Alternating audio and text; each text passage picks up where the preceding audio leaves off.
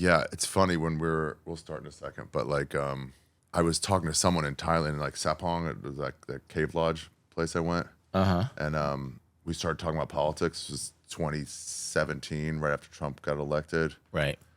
And then it was like started to come up a little bit, and we were both looked at each other like, let's not do this. We're like, yeah, let's not. It's so easy to do. Yeah, it was so great not to. Where you been and where you going? This is Ari's travel show, yeah. We're gonna talk about travel today. It's You Be Trippin, yeah. Ladies and gentlemen, welcome to You Be Trippin. It's a travel podcast. It's the only podcast overthrown recently by Houthi rebels. We go to a different place every week, and today my guest is fucking excited, man. We're excited to have you, Rolf Potts, world-renowned traveler and travel writer. My teacher, I guess. Yeah, what does the teacher call his student? It's not sensei. That's the other one. Yeah, no, grasshopper. Yeah. All right, I'll be the grasshopper for this. That's great. Right. In the set design today are two of his books, Vagabonding and The Vagabond's Way. I respect how beat up The Vagabond's Way is. That's Dude, it's well been done. Places. Yeah. It's been to way more places than most of my friends. Wow. Yeah. I've taped it already. Yeah. That is the pre-copy. Yeah, that's the press copy, the advanced edition. I love it. It's such a good like, oh, I'm delayed 20 minutes. Let me just read a couple chapters. And you skip to random ones. You could go all the way through. They're just one page meditations. Don't read into that word as some reviewers do. It's nothing to do with meditation, but just they're dip in as you go. Yeah. It gets you right back in there. When I started reading it, we'll get into where we're going in a second, but when I started reading it, I was like 6 chapters in, and I was like, I got to get out of here. Yeah. I got to get the fuck out of here. Good. That's good to hear. Yeah. I get way more feedback about that book, probably because it's been out for 21 years. But so it's good to hear about my new books as well. So this was vagabonding is way more of like a how-to. Yeah. And this is, you don't golf, do you? I haven't golfed since maybe 1986. Okay. You know Harvey Pinnock? He wrote this book called Little Red Book. Okay. He was like a local municipal golf coach. And then he ended up coaching like a bunch of randomly Masters champions. Davis Love III, I think, and a few others. And he just had these words of wisdom. Little Red Book. Each one kind of like that. Okay. Just like, hey, don't worry about a guy who has a bad swing and a good grip, but definitely worry about a guy with a bad swing and a bad grip because he's figured it out. Things like that. Anyway, Vagabond's Way. It's available right now everywhere. So where are we going today, Rolf? We're going to Syria. Fuck yeah. Yeah. No chance I'm going to have another guest talk about Syria. When'd you go? Why'd you go? Talk to me. I went in the year 2000. So as of the time we're taping this, it was like 24 years ago. Damn. But it was also, so that means it's a unique time to see a place. I think sometimes we see things in terms of like the historical moments. And so I think that like the revolution or that thing happened in 2011, like the massacre and the crackdown, the protests and the crackdown, and Syria was like the worst place in the world to be, and there was all these Syrian refugees. So this was 10 years before that. It was actually before 9/11. It was like a year and a half before 9/11. And so even though it's like, oh, well, how relevant can that be? It's like, well, Syrians were Syrians then, and they're Syrians now. And there wasn't a war, and I went there as a dirtbag backpacker. And I'd like to think that the people I met there are hanging on and doing well. And that's, again, I don't need to preach this to you, just the idea that travel teaches you the stuff that's beneath the headlines. You know, it teaches you like what kind of snacks you can get in the public square. Yeah. It talks about how, you know, random people are interested in the weirdest things like NBA. Like I had an intense conversation about the Utah Jazz when I was in Qamishli, Syria. So, really? Yeah. They follow it? I guess so. Why not? I don't know how, because at the time you couldn't get it on Hotmail. I guess you could get on the internet, but you couldn't get like on Hotmail. I'm dating myself in this trip. It was like pre-Gmail. So I couldn't log into my own email when I was in Syria. But news got around, and it's funny. Like it's interesting what people are fascinated by across cultural lines. And in this little town on the Turkish-Syrian border, there's enough guys who are interested in the NBA that's what we talked about. Well, did they have any players back then? Turkey had like 1 or 2. Oh, no. But they were talking about, I don't know, Karl Malone. I forget who was playing yeah. back then. but this happened in Korea. I lived in Korea for a couple of years, and a lot of my male students were just really interested in the NBA. And there weren't any Koreans in the NBA back then. They just thought it was interesting. You know, American pop culture and sports culture is so influential that I think everywhere. Yeah. Also back then, probably we were still the dominant basketball powerhouse.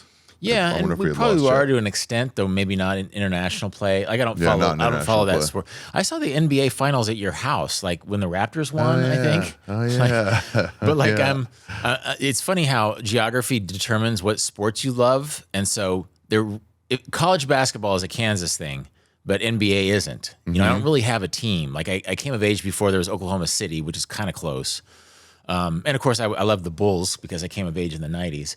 But I don't really follow the NBA like... It's weird that geography will tell you that. I was doing a show in Knoxville, and I'm like, your biggest sports team is a women's basketball amateur team. Is it? Okay. Yeah. The Tennessee Vols are like always dominant. Yeah. And it's like, it's just the biggest sport there. Women's college basketball. Yeah. Well, it's men's college basketball in Kansas for understandable reasons. Yeah. Bill Self, is he still the coach? Bill Self is still the coach, but see now we have. I spoke with Michael Jordan. Like there's kids everywhere because of Patrick Mahomes was the quarterback of the Chiefs. There's going to be Chiefs fans in Idaho and Alabama in 20 years. You know, because it's who they grew up with. You know? Yeah. Okay, so let's go back to Syria. Sorry. Yeah. So I'm only good at this for interviewing. We're keeping it back to the country. Right. So this is 2000. Okay, I mean, tons of questions. How much are hostels? Who'd you meet? How'd you meet them? What'd you eat? Why there? I don't know. Well, I think that, and you've understood this in other contexts, that every part of the world has its own backpacker circuit. And so information is coming back and forth on the backpacker circuit. And then, probably more than now, you can sort of default to your phone and see where to stay in any given place. People are like, I was in Damascus, and there's this place. It's an old Ottoman home with a fountain on the inside, and they've warned out the old mansion rooms into bunk rooms, and it's $4 a night. And so I literally wasn't thinking of Syria as a geopolitical thing, but just as a cool place to go that was also on the backpacker circuit that Egypt was sort of my hub back then.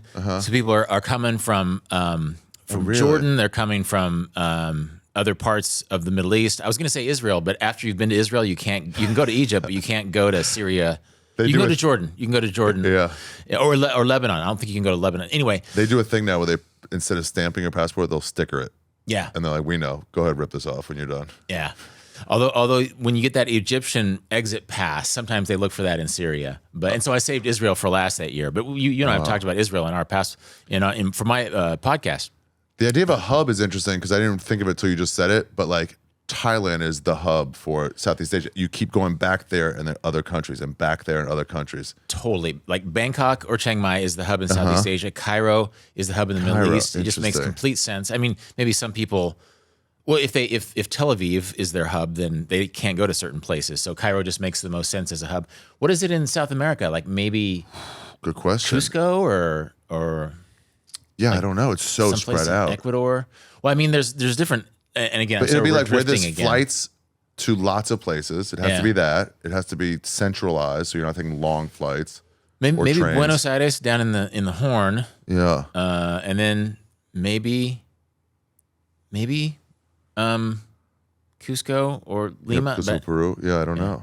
Anyway, but like so many parts of the world. In Central America, it's Costa Rica, right? Right. So you have a place where you go first. Go to Colombia, go to Panama, go to sort of has it's the easiest to travel in. It could be Panama. Yeah. That's and in East Africa, it's probably Kenya, and in South Africa, it's like Johannesburg, probably Cape Town. Yeah. So and it probably has a different vibe of the travelers because of that. Right. They're probably trading stories and giving out information. Totally. Sydney, maybe in Oceania, but obviously we've sort of fallen into the backpacker rail here of travel because when you're a backpacker, this is second nature. You know that your information, especially back then, but probably even now, is that you're sitting and talking to people, and it's like, really, you went to a monastery in Syria? Tell me more. Yeah. And so that's one of the things I'm going to talk about. Is I went to this monastery that was amazing, and it was full of backpackers, which I think annoyed the monks, but and then Damascus was a great travel city, and it's a shame that you can't really recommend that anybody go there now. It's a dead city in terms of what you saw. it's no longer available. Yeah, and I have no idea. When we get into the specifics, I can sort of talk about what I saw and speculate on whether or not it might be there. But in some ways, Damascus was like people talk about Havana. I saw a lot of old cars, like really old Buicks. In Damascus? In Damascus, yeah. Like I saw a Mercedes where some guy had taken off all the Mercedes symbols and put in Batman symbols. So that's just how weird the world is, you know. You're talking about the NBA up by the Turkish border, and then some dude has decided to kit out his Mercedes to look like a Batman car. But I loved Syria. It's one of my favorite places. I like Egypt because Egypt is so easy to come in and out of. It's all really cheap there. But Syria was like Egypt, but they're less jaded. Like Egypt sees so many tourists, you know, everything from people flying in for a weekend to go to the pyramids to backpackers staying there for half a year. Whereas Syria is harder to get to. It has more of a dangerous reputation. And so Syrians are just so excited they meet Westerners, Europeans, Americans less often. And they were excited to see you? Absolutely. Like, give me some examples of like walking to restaurants and stuff. Yeah. And I guess this happens any place in the world, but like in Damascus, I would go and just sit down in a cafe, and you know, some guy who was playing backgammon would turn to me and ask where I was from, and he was like Hope in Germany because he spoke some German, and then you have a conversation. I mean, we had a conversation with some guy in Damascus. He's like, Reader's Digest isn't as good as it used to be. And it's like, how on earth do you know about Reader's Digest? And so I think that people everywhere want to be global, and if you're in a place that's sort of been cut off from the rest of the world, like Syria sort of was and is even more now, they were just looking for news from the outside. Oh, hi everybody. Ari Shaffir breaking in to tell you a little bit about the guests. I'm wearing a Yankees jersey because the Yankees, it's game day and it's the playoffs. In New York, you represent your team. You represent your team when they're in the playoffs. Rolf's team, the Kansas City Royals, was ousted by my New York Yankees. I hope he takes solace in the fact that the Royals have won a World Series more recently than the New York Yankees, even though we have a bloated payroll and a fucking two-time MVP that won't show up in the playoffs. But I believe in you, Aaron. The last game was good. Let me tell you about Rolf. Oh, by the way, first I should tell you this. I've got a pre-sale coming for my new tour. It is January, February, March. It's the farewell tour. I'm doing January, February, and March, only 1 week in April. And then one gig in June, and that's it. That's the rest of 2025. I'm not adding any cities. I'm not adding anything in 2026. That's it. So on Wednesday, there's a pre-sale, 10 a.m. local time, wherever you are, in the following cities: Anchorage, Atlanta, Austin, Brea, Calgary, Chicago, Denver, Edmonton, Fort Lauderdale, Nashville, Orlando, Pittsburgh, Portland, Providence, Salt Lake City, San Antonio, San Jose, Seattle, Tahoe, Tampa, and Vancouver. Tahoe might not be ready for the pre-sale, but hopefully it will. It's the farewell tour. Pre-sale October 16th. General sale October 18th. You want to get the best tickets during the pre-sale. Promo code is Ari. Get tickets now. We'll start in Tahoe, will be in December, and Austin is in December, and then end in Anchorage in June. And nothing in May. Anyway, let me tell you a little about the guest, Rolf Potts. If anyone who listens on Ari Shaffir's Skeptic Tank definitely knows him, if you listen to that religiously. He was one of the most recurring guests. I guess Ryan O'Neal was probably the most. Jeff Dan was probably second. Big J was right there. But Rolf was there, man. I read his book, Vagabonding. What a tremendous book if you're thinking of long-term travel. Vagabonding. I mean, put it up or something. But I read it on an island in Cambodia. And it just blew my mind. It got me so deep into travel. But if you're thinking of going, like putting everything, we're going for a month to a year. That's your book. It's a little tiny book. It's a Bible. I can't find it. I have a copy. I can't fucking find it. Easy read, and it'll get you wanting to go. Now, he has another book that just came out last year called The Vagabond's Way. It is different. It's if you've already traveled, if you already like places, it's just a kind of a page a day. Easy going through. It's not like a long narrative. It's just a page a day with a quote about travel and about a specific part of the travel experience, meeting strangers, getting lost, things like that. Spend at least one full day walking someplace new. No place is timeless, in part because you're there. Wilderness imbues a journey with perspective. Luxury diversions can provide a travel timeout. Travel first. Then, if you want, become a digital nomad. Become an expatriate at some point in your travel life. Wow. Travel offers new perspectives on the familiar. Yeah, it's just a page a day with a quote. Life isn't short. We just waste it. We waste it wishing for things to be otherwise. We waste it by ignoring what's in front of us. Ryan Holiday. Never wish away a minute of your life. Whoa, Jesus. The most indelible memory I have of the bicycle journey I took across Myanmar in my late 20s. It involves a nighttime ferry ride across the Irrawaddy River. I've been on that river. Since the journey involved a number of river crossings in places that didn't appear on my map, I'm not sure where exactly I was. All I knew was that in the dim light, with the stars glowing above and the moon glittering across the water, I felt unmoored from the past and future, fully present. I felt fully alive. Perhaps it was because I wasn't exactly sure where I was when this happened that I recall it as a special moment in my life. I've since come to realize that travel is not the only time I can feel this way. Thich Nhat Hanh's 1975 book, The Miracle of Mindfulness, asserts that even a task so ordinary as washing dishes can be an exercise in being fully alive. At first glance, that might seem a little silly. He wrote, why put so much stress on simple things? But that's precisely the point. The fact that I'm standing there and washing these bowls is a wondrous reality. Ever since reading this, now back to him, I have come to regard the act of washing my own dishes as a kind of homebound traveled exercise, a reminder that life itself is an ongoing journey, and the ever-present goal of the traveler is to appreciate the simple and eternal resonance of whatever task is before him. That was just December 9th. Every day is a different thing. I am quoted in this. What is this? It's a bookmark from the Ljubljana Castle in Slovenia. I go places, guys. I buy things wherever I go. There's my White's Wall. I'm putting this back up. Get The Vagabond's Way right now. It's available. It should be available on audiobook, right? It's definitely available on paperback. Oh, because I'm holding a copy. This is an advanced copy. How come I didn't get it signed? If you don't know Rolf from my old Skeptic Tag episodes, listen to him. The first one we did was just all, I think, called Vagabonding in Tompkins Square Park. The last one we did was in Paris, all over Paris, and I videoed that. I mean, that would be the perfect type of podcast for this podcast. I mean, the first episode, we all around Paris, the Luxembourg Gardens, the right near the Louvre. We did it in front of the Louvre on a bridge over the Seine. God, that was a good one. I got to import that. Why waste it? Anyway, pick up The Vagabond's Way right now. Also, a book called Souvenir is pretty good, but that's like coffee table reading. And he has a podcast called Deviate with Rolf Potts. Oh, shoot, we got to get back to the episode. It's been 6 minutes.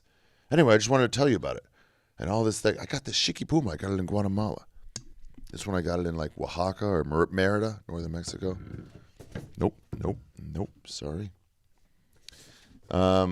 This is a Chinese magnifying glass. I got it in China. I think Shanghai, not Beijing. Yeah, I used it to find genital warts on my pubis. Sometimes you can get them confused with ingrown hairs. And when they were coming, which they were every few months for about 4 straight years, got in the way of my sex life for sure. I wanted to know if I just had an ingrown hair, or just sort of like a random bump, or if it was a genital wart. And the Chinese magnifying glass is the way to go. Guys, don't forget that pre-sale on this Wednesday, October 16th, general sale on Friday, and then from then on, all those cities. Let's get back to the episode. Buy Rolf's book. Sign up for his podcast, Deviate. I've been on there multiple times. A great one about souvenirs I got to listen to so I can mark all these souvenirs. Let's get back to the episode. Syria. Take us there, Rolf Potts. I mean, it's sort of a dictatorship there. Was it then? Yeah, it was the father, Hafez Assad, had almost died. He died like within a year of my visit. And then one of his sons has taken over since then. Do you think it's related to your visit? I don't think so. Right. I don't think so. But it was so weird that like back then it was the Ba'athist. It was like the old socialist model of Arab nationalism. Like Nasser in Egypt did this, and so instead of like an Islamist cultural identity, it was I think they maybe aligned themselves with the Soviets when the Soviet Union was a thing. Yeah. And of course, the Soviet Union was gone by 1990, not for more than 10 years, but they still sort of had, people were walking around sort of wearing olive drab sweaters. And the propaganda was sort of old Soviet bloc style propaganda. So it's weird. This conversation is going to be about travel in place, but also travel in time, because I went to a version of Syria that doesn't exist, but I suspect Syrians are Syrians, and I thought the Syrians were great. Wow. Friendly people. Yeah. Smiley. Somebody told me like Russians don't misread it. They just don't smile, so they're not mad at you. They just don't smile. Well, I mean, Arab cultures are famously hospitable. Yeah, and hospitality is one of the pillars of Islam. Abraham. Although, yeah. But I mean, it's multicultural. I mean, I think Syria was like 10% Christian, and there's different sects of Islam. And in fact, the Assad family is Alawite. They're not Shia or Sunni. They're a different kind of Muslim. Oh wow. And I don't know Ba'ath was also Iraq, wasn't it? Wasn't that Saddam's party? Was the Ba'ath party? Yeah. Sorry, I said Egypt, but the Ba'athist, is Iraq. They all had a little bit different flavor of it. I think they had this idea to create sort of this Arab supernation, but of course nobody was on board for that. Dude, my half brother was a captain in the army. I think a captain. His job was to get a provisional government in Afghanistan after the war. Yeah. And it took a year of negotiation between the Sunnis, the Shiites, and the Muslims on which percentage should be on whatever. Well, Sunnis and Shiites are Muslims. Okay, well, whatever. I don't know. That's like There's Sunni, also Shiites, tribes. and Republicans. Like Afghanistan is a bunch of tribes. So like everybody speaks a different language, and so just the idea of a nation state is a pretty new idea. It's like a 19th century thing. It's like Europeans drawing a map, and it's like, this is going to be a nation state. This is going to be a nation state. So Afghanistan makes no sense. Well, we've been over it. Anywhere there's a straight line, that's a made up border. These curvy ones are like, oh, a river, that makes sense. Or a mountain range or something. But like straight line was like some guy in a war room in London was like, it's here. Robert Byron said there's something absurd about a land border. That, and actually this came up in Syria because, let's see, I went up into this corner because that was a time when Iraq seemed really exotic because the war hadn't happened that long before. And so I just wanted to go to the Tigris River and sort of look into Iraq. Oh, cool. And so I was sitting in the market or whatever in Qamishli, which is this town that's up by Turkey and Iraq. And actually, I quote this in The Vagabond's Way. The taxi drivers are like, borders are things that exist in the minds of bureaucrats. You want a taxi ride to Damascus? I can take you there. You give me $50. Whoa. And they drove Ford Escorts too. Like for some reason, the smugglers drove Ford Escorts 24 years ago. They're just like, we'll just do it. And border towns, and that's a river border, so you actually have to cross the Tigris to get into. Well, actually, no. You can cross the land border here. Yeah. Weird. And so it's just. I hung out with the dude who smuggled rubber sandals into Iraq for a living. That's what he did. Why would they not allow that?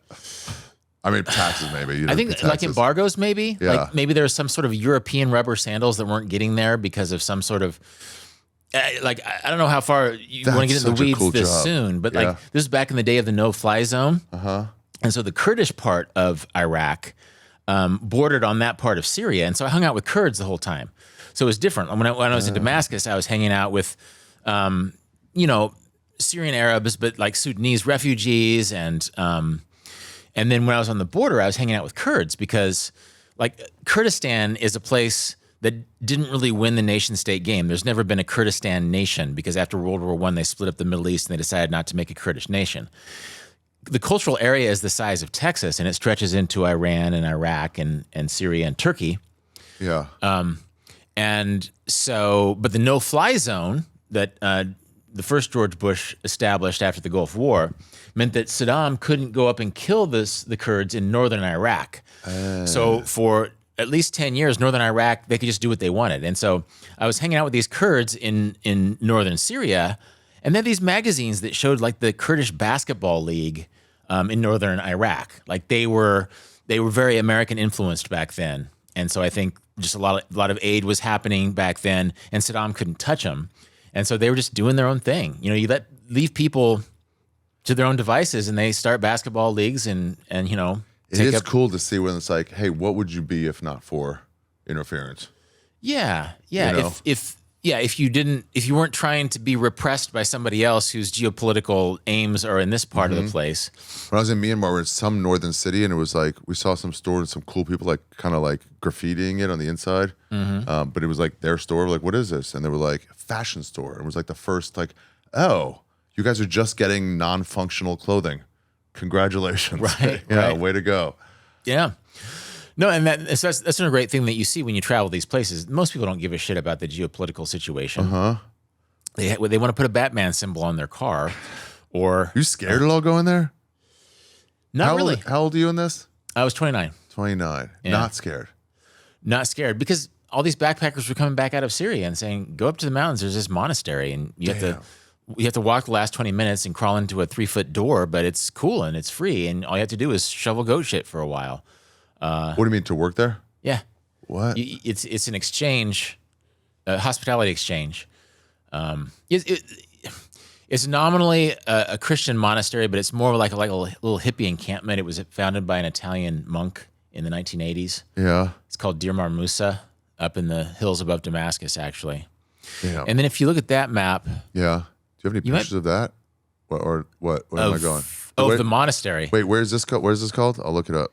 Dir Mar Musa? Is that what you said? Oh, Dir Mar Musa. Yeah, I'm not sure if it'll show up. DEIR space MAR space MAR. MUSA. Yep. Yeah. El Nabk. Yeah. That's not it. No, that's it. Whoa. Yeah. That's it. Literally, I stayed there. Whoa. So what? You stayed in there? Yeah.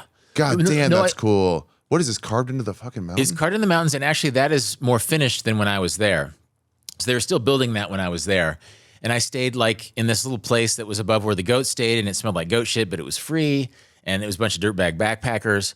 And it's funny because all the backpackers knew about it. Yeah. Like Christian monks are obligated to give hospitality to whoever asks. Yeah. And so they just had this total channel of dipshit backpackers. I say dipshit, but they You're meant obligated, well. huh? You have to. Right. Your God commands. Yeah. And so they just had all these. And so like there was this Swiss guy who decided he wanted to live in a cave and like renounce his possessions. And so Yeah. the monks are sort of like, okay, yeah, there's a Swiss hermit living in a cave, and we're gonna humor him. But yeah, no, this is the Italian guy went there in the 80s and he restored this place. And it was like Moses the Ethiopian or somebody. It's Dir Mar Musa. Musa means Moses. And he was restoring the old frescoes and Oh, really? That was Like, his like passion? Syria is just a mix of everything. There's multiple Christian cultures, multiple Muslim cultures, and multiple languages. It's the crossroads of the world. It's this Silk Route, and so you could stay there for free. I washed dishes and I shoveled goat shit and chicken shit, and then there's no electricity there, so you have little oil lamps after dark. There's like Korean God. backpackers and Argentine backpackers and like people from the village, Muslims from the village were hanging out. Like the monk, his mission was like cross-religious understanding, you know? Yeah. So they had a lot of conversations between the Christians and the Muslims. And it was just sort of this little hippie camp that was just in the middle of nowhere, Syria. It was People amazing. doing drugs there? What's that? People doing drugs there? Backpackers? There must have been hash around. Probably. I wasn't aware of it at the time. I actually mentioned this place in Vagabonding because there was some backpacker. I say that she was from Canada, but she wasn't really from Canada. I gave her anonymity. But she's like, she refused to go to the church services. Yeah. And it's like, so you hiked, you like drove way up into the mountains, you walked 20 minutes and you crawled through a little door and you're staying with these monks, but you don't want to be influenced by Christianity, so you're not going to go to the church services. It just seemed like a weird thing. Like back in Canada, sure, yeah, there's religious people who are telling you what to do, but you've come all the way to this monastery and you're going to say, "Oh no, I'm above religion." Yeah. Really? It's also so funny that the religion you come from, you're like, I'm not doing that. But then if some weird like 2,000-year-old, well, that is Christianity, but you know, some ancient thing, like we have this thing you've never heard of, like, I'll do it. What do I have to do? Spray incense? Like, I'm down. But your own religion, you're like, fuck that. I'm out of that. Totally. Now, you and I have talked this about in the context of Buddhism, which is there's so many Judeo-Christian Buddhists in Southeast Asia where they go in and it's better than Christianity or Judaism, but they sort of have that same sort of rigid attitude toward it. Or they sort of have a hippy dippy. People screw up religion. Travelers screw up religion in so many ways. Yeah. And I like to think to be open-minded about it. But that was my point in Vagabond, is that this woman wasn't being open-minded. She was being closed-minded. Like, sure, back in Alberta, religious people are overbearing, but you've come all this way, and these aren't Canadian Christians. These are like Syrian Christians, and there's interfaith dialogue going on. And so really, you're going to refuse to go to the church service? You ever get sick of just like getting upcharged by your wireless provider?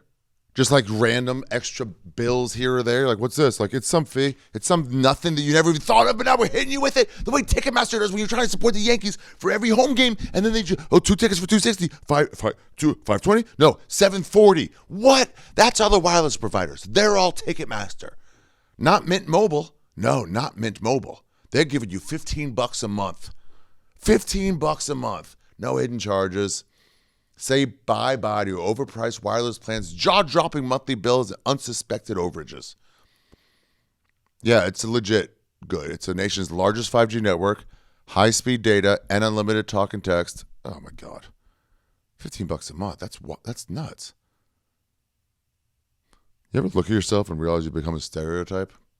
Maybe they got me because I can appreciate a $15 per month offer. I understand the importance of that. And I would always, then the logical brain in me would go, but how's the 5G network? And they'd be like, it's the nation's largest. Like, oh, well, is it limited talk and text? And like, no, it's unlimited on the nation's largest 5G network. How's it speed? Got to be low. No, high speed data. $15 a month. That's a good deal. To get this new customer offer and your new 3-month premium wireless plan for just $15 a month, go to mintmobile.com/trippin. That's mintmobile.com/trippin. Cut your wireless bill to $15 a month at mintmobile.com/trippin. $45 upfront payment required, equivalent to $15 a month. New customers on first 3-month plan only. Speed slower, above 40 gigabytes on unlimited plan. Additional taxes, fees, and restrictions apply. See Mint Mobile for details.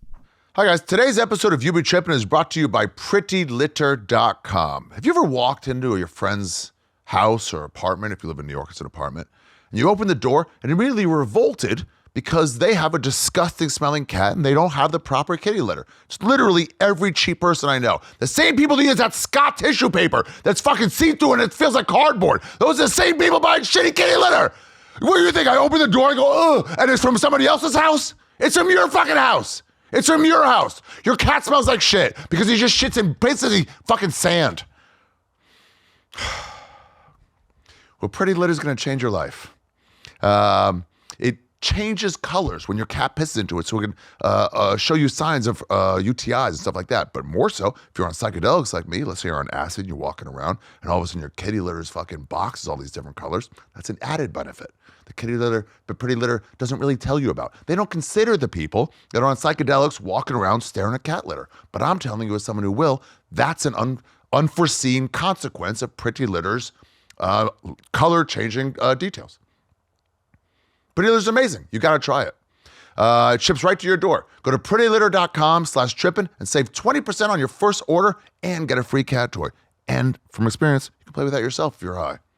That's prettylitter.com/trippin. Save 20% on your first order and get a free cat toy. Again, that's for you and the cat. prettylitter.com/trippin. Terms and conditions apply. See site for details. Now let's get back to the episode. Was anybody... Okay, toilets were holes, I assume. Toilets were holes. There was no refrigerator. There's no electricity. So it was really cool. They had like a little screened-in cabinet. And so they would, when they would fix something that you would normally refrigerate, you don't save it for a week, but you may save it for a day, and it's behind a fly screen.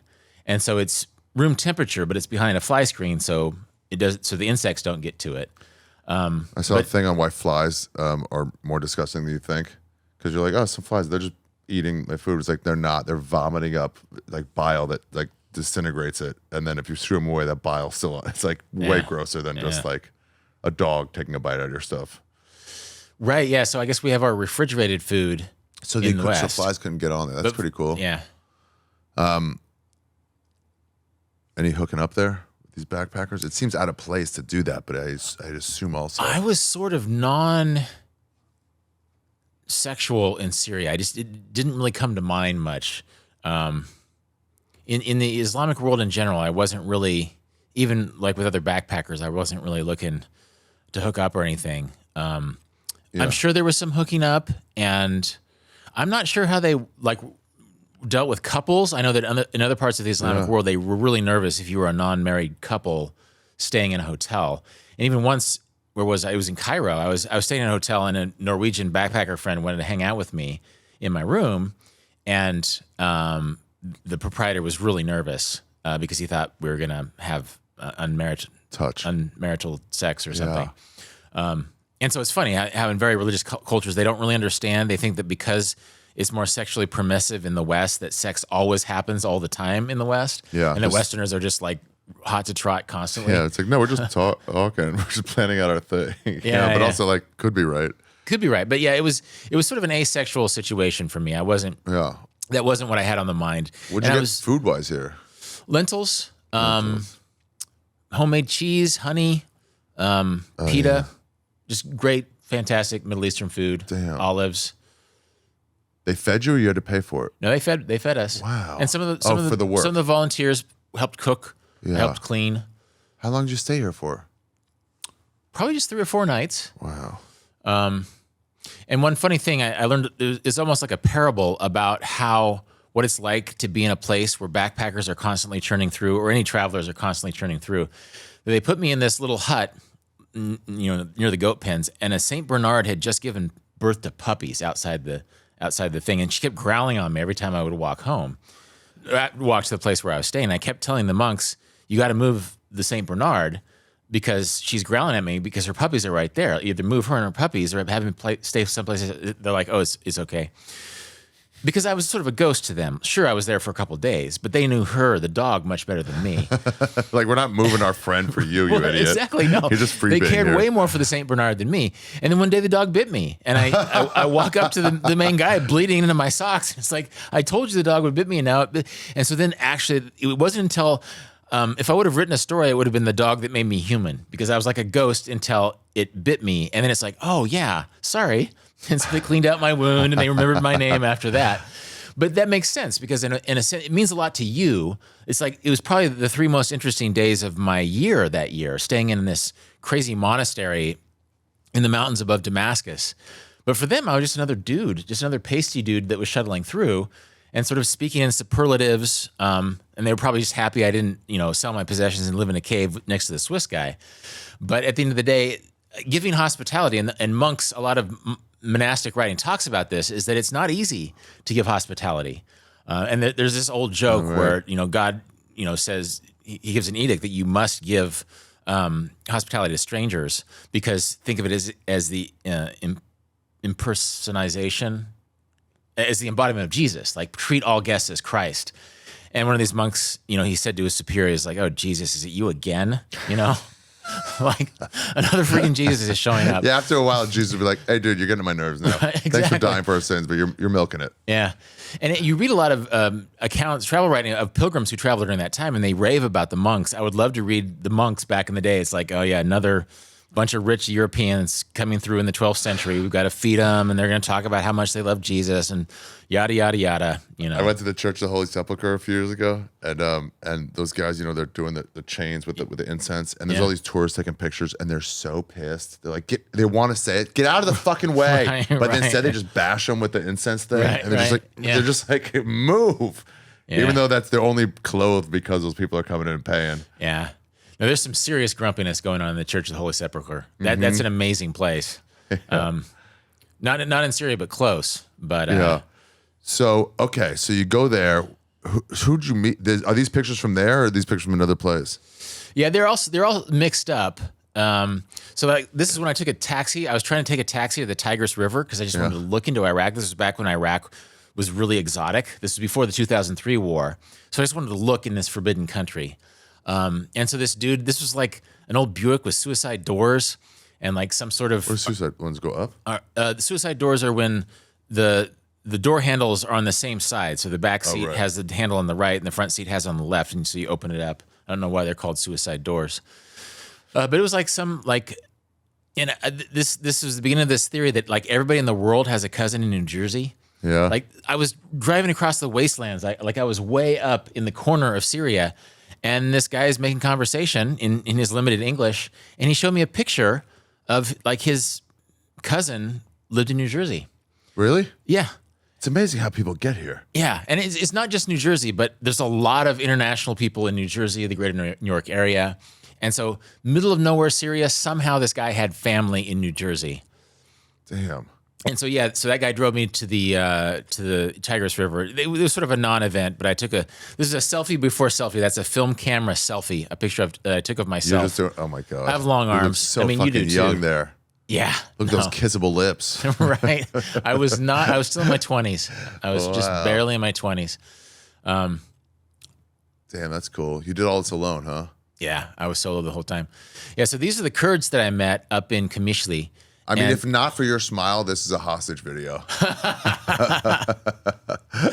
These guys were amazing, though. This is the guy on the right is Khalid. I actually studied my notes before I came here. All right. Okay. Khalid is like a banana vendor, and he's like, I can get you to Iraq. You want to go to Iraq? I'll take you to Iraq. And I'm like, really? And he's like, yes. And so the KDP, which is like the Kurdish political party, which has a stronger presence in Iraq, but also an office in Syria. Yeah. He like takes me to the office of the KDP in Kamishli. And he's like, this is my friend Rolf, and he wants to go to Iraq. Can we take him there? And like the guy behind the desk is like, Khalid, you're a banana vendor. And he didn't say this, but that was sort of the vibe I got. It's like, I think it's cool that you can take your American friend here, but I'm not going to take this dipshit into Iraq just because Not to come back. just because he's your friend. Yeah, relax, But bro. He's this cool guy. That's the guy. Khalid is he's the one who showed me the basketball of like the magazine of the basketball league in northern Iraq, in Kurdish Iraq, where because of that flyover zone, it's almost like metaphorically, it's like the DMZ in Korea has all this wildlife because no people have been there for 50 years, more than 50 years. Like all the trees have grown back and all these crazy wildlife. Well, you have a no-fly zone over Iraq for 10 years, and basketball leagues pop up. No-fly zone. So what does that mean? You just couldn't... Well, that meant that Saddam couldn't take heavy military expeditions into northern Iraq, or else they'd get bombed by American Air Force. And so the no-fly zone just meant that, good luck trying to have a major military presence. Basically, it meant Americans were protecting the Kurds from Iraq when Saddam was still around. And because I guess we were trying to sort of normalize certain American ideas, they were promoting, I'm sure the State Department helped fund this magazine, but it was about basically the Kurdish YMCA and their basketball league. I wish I had a copy of this because I tell this story a lot. Had to be all guards. You 5'11" must be a center there. Actually, not really. I think Kurds, it's not like East Asia where people are shorter on average. Those guys are pretty short. Yeah. First of all, sick jacket on what's his name? Khalid? Khalid, yeah. Super sick jacket. Also, banana. What is he? Banana what? He sells bananas. No, what'd you call him? Banana what? Banana vendor? Banana vendor. Yeah. It sounds sexual. It sounds like a fucking badass slayer. If your porn star, it's on your business card, right? Amateur banana vendor, professional fucking Walmart greeter. Damn, that's so cool. Did you have one of these candy bars? I did. Oh, maybe. I don't. The thing of it is that like the candy bars aren't the draw there. Like the food, like the strawberries or the bananas were okay, but like the fool and the falafel, like all that Middle Eastern food was amazing and dirt cheap. What's super fool? cheap? Fool is like those big ass beans. Fuul, I think is how they transliterate it. But it's just like big hearty Middle Eastern beans. And it's great for backpackers because it costs like 40 cents for a giant bowl of spicy beans. Whoa. I don't know what kind of garbanzo. I don't know what kind of beans they are. Somali style fava beans. Somali. Oh, is it fava beans? Yeah. And then what Hannibal Lecter ate his victim with. Yeah, it could be Ethiopian. I don't know, but they had fool. I ate fool all over the Arabic Middle East. And actually, I had sheep's brain sandwiches. Yeah. Really? Have you had a sheep's brain sandwich before? Not a sandwich. I had one cow brain one time at a place in LA on Fairfax. Oh, okay. That had it. It was like, I think it was called Animal. But like, yeah, it's gooey. Not gooey, but like jiggly.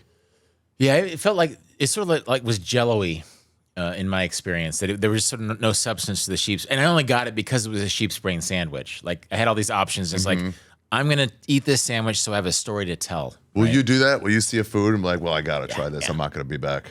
Yeah, no, I ate bundegi, which is silkworms, when I was in Korea, or I ate boshintong, which is sort of a dog meat stew when I was in Korea. Yeah. And it's like I had to have the sheep's brain sandwich because now I can talk about the sheep's brain sandwich that I ate in Damascus. There's also like I had a strawberry smoothie. Like the fruit was really good.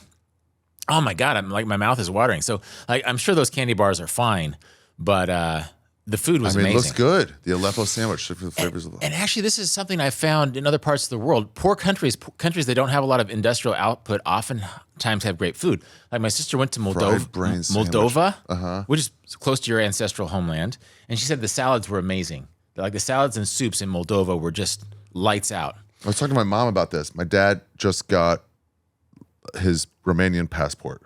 No kidding. After maybe 5 years of trying. A lot of that, the COVID, like he was close, and they were like, "Is that EU?" It is. So you can get an EU passport. So I put it in his mind because I'm like, hey, I found out they have a right to return for any child. Nice. I'm like, Dad, you got help me out here. Yeah, it opens up everything for me. He just got it. But I was talking to my mom about it. She goes, Romanian food is terrible. Nobody talks about it. I'm like, it's just not known. Yeah. There's great food. Yeah. It's just not known. And if this stuff, it's like, it's just what's known and what's like unknown, but still awesome. Yeah. No, Syria had great fruit. And not all the fruit. Fried sheep's brain. Oh, is that fried sheep's brain? Yeah. Was it fried when you had it, or was it some other way? No, I think maybe it was boiled. Ugh. But it sort of looked like this has been 24 years ago, Ari. I'm not okay. Like, I remember the presence of. I know the fact that I ate it more than the actual experience of it is like I was almost writing it down in my journal as I was eating it because I was just so excited to be eating. Yeah, that's what it looks like. That's what it looked like. That looks like it. Yeah, for sure. Yeah. Was it good? Do you remember? It was okay. It didn't make me crave sheep's brain sandwiches, but it was dirt cheap. You seem honest enough too, where it's like, okay, so you're gonna have some weird thing, like I'll never get this again. Gotta try it. Right. You seem honest enough to go, this was fucking wild. I loved it. This was like, Yeah. And this was one of those. We're like, it's fine. This was fine. Yeah. It wasn't disgusting and it wasn't particularly good. Like when I was in Thailand, not to keep bouncing all over the place, but I had like some fried grasshoppers. But and I think they'd been cooked in like chicken fat or something. They were delicious. It was like eating chicken skin. And then I got some crickets, and it was like, these are disgusting. So you just never know. When you're eating weird food, you never know what's going to be good. Sheep's brain is maybe a C-. It was fine. Damn. Okay. Cool. What else did you get into? In food-wise or just overall? Yeah, I don't know. Yeah, if there's more food you want to tell me about. Otherwise, we're getting a little unchronological here. One reason why Con Air, I will always have a place in my heart for the movie Con Air, is that I took the jet bus from, it's JETT, it's Jordanian something, from Amman, Jordan to Damascus, Syria. It was like a $5 bus, air conditioning, and they play movies. And they played Con Air. I'd never seen it before. Have you seen Con Air? Yeah, I have. Yeah.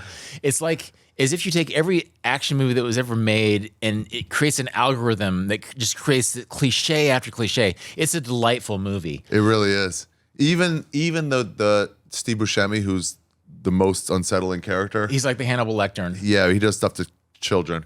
Right. There was just a girl like, oh, please don't. And then it's like, okay, she didn't get. Right. It's okay. We didn't do that. Yeah. No, you almost expect him to be Hannibal Lecter, but like he's the voice of reason in that movie. He like actually makes some decent observations in that movie. But what was so delightful is that there's an ironic level at which you can see Con Air. And so I was laughing. Yeah. And all the Syrians in the bus, they were watching it translated, and they were just watching an action movie. They weren't jaded. They weren't like jaded hipsters sort of making fun of it.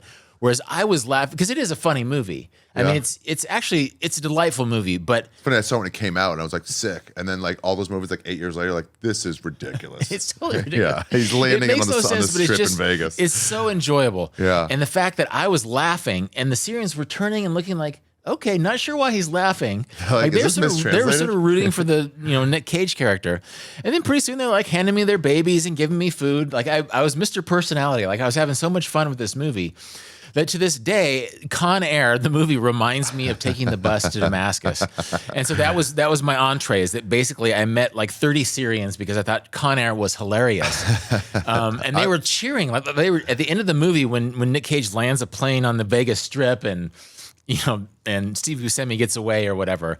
They were so excited. They were into it. Whoa. I love that they play movies on these buses. God. Yeah. And it's just like it harkens back to the planes when it was like the movie will start in 45 minutes. The movie Yeah. not like your choice of movies. Yeah. And everyone's like, you better be on this.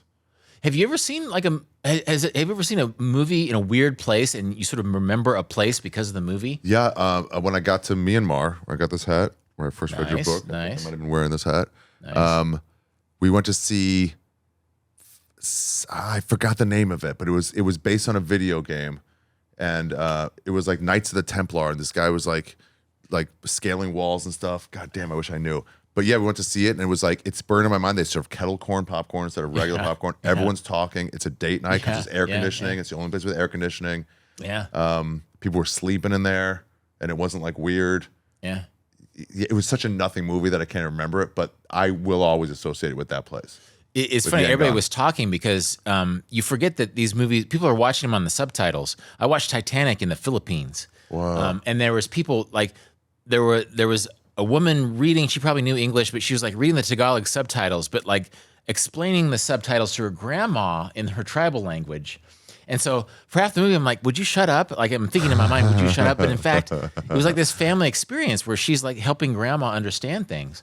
Actually, I saw, not to get off on a tangent, when I was hitchhiking across Eastern Europe, I saw some art movie in like Budapest. And my Hungarian friends were translating, who I met that day, were trying to translate the movie for me as it was going. And so I was sort of like the other Hungarians in the cinema are like, we can read the subtitles. Why are you talking? Well, they were reading the Hungarian subtitles to the American. And it's fun. It's fun how communal movies can be. Like cinemas can be kind of cool communal places. Yeah. But this wasn't even a cinema, it was a bus. And so to this day, I'll always think of Syria when I watch Con Air. I love the idea of them cheering, like really getting into it. Yeah, no, I think there was this sort of guilelessness that there's probably fewer entertainments in Syria in general, but they were just excited. They were watching, it was like an old-fashioned, it was like watching a movie when the sound came around in the 1930s. They were just into it. Wow. They were all in. Were there black people in Syria? Oh, this is another thing. This is actually really interesting. I was walking through like the Christian quarter of Damascus and I heard gospel music, like American gospel music. These aren't Americans, they're Syrian refugees. And so I walk into this church refugees. And it's like, actually I felt homesick because it reminded me of, the gospel music I would hear sometimes when I was growing up. Syrian refugees where? In Damascus. So the Syrian civil war was going on. This was before I'm sorry, not Syrian, Sudanese. Okay. South Sudan hadn't broken off yet. And so Black Sudan was fighting against Arab Sudan. And the refugees, Syria took in all these refugees. Oh. And so on the street. Wow. And now we won't take their refugees. Yeah. No, it's crazy that literally on the street, I would go uphill and I would hang out in a cafe with the Syrian Muslims. I would go down the street and hang out with my Syrian Christian friends. I think a lot of these people resettled in Canada. And it was amazing. I had these people are amazing travelers that basically they spoke multiple languages. They'd been living between places for years. They didn't know where they're going to live the next day. This guy was clearly a Yankees fan. Clearly a Yankee fan. Yeah. Yeah. Those infants are now, in their mid-20s probably now. Wow. And as a good Christian or Muslim culture, these happen to be Christian, they were very hospitable. Well, they thought it was weird that an American wandered into their church service. How'd they get into gospel music? That's a good question. Maybe because, Christianity is sort of a global religion. Yeah. And so maybe missionaries or maybe there's a big American influence on them. Could be. I mean, the message is lovely in gospel music. Yeah. So it's like that translates to whatever you like Jesus. Well, and gospel music was very heavily African-American, so I'm not sure if they identify with like sort of the African-American side of American Christianity. But I saw there was a hymnal that had a hymn called I Get So Thrilled with Jesus. And it's like, that's got to be a gospel song. Like, what kind of old German person is going to write a song called I Get So Thrilled with Jesus? And so literally I felt homesick hearing gospel songs. And so I walked into this. This is a great thing about not having too rigid of a plan. It's like I was walking through the Christian quarter of Damascus. I heard a gospel song and it's like, whatever I was going to do, I'm not going to do it anymore. I'm going to go in and see what's going on in this church service. Yeah. I guess talk about that for a second. This is not like your travel exactly, but like an overall like idea of travel of like changing plans at the drop of a hat. Yeah. You're great at it. Of just like, new plan. Yeah, some days better than others. Sure. Okay, that's fair. It's easier to preach it than to live it, you know, because sometimes you really do want to get the things on your checklist. Yeah. But I was wandering through the city, and I was also really involved. I was still writing my travel column for Salon.com. This is before vagabonding. And so I was sort of looking for stories. And so maybe there's an extent to which it's like, well, the worst that can happen is I have an interesting story to tell. That's nice, actually, for a way to get you moving. Yeah. It's like, this could be a story. Totally. I mean, comics do that. Like, it's going to suck. Like, it'll turn into a bit. If it sucks, it'll be a bit. And you're like, all right, I guess it's at least like creatively tax deductible. Yeah. You know? Yeah. Totally. And I think that's both something we have in our toolkits as travelers, is that at the very least we have a story that will result in it. That's why I tried to buy a donkey in Egypt, and that was in Marco Polo Didn't Go There, my second book. But I never did write about this. But this is the service they had, and they shared it with like a Greek Orthodox church. So like there's only so many, like the local Christians shared their church with the refugee Christians, even though they were a different sect.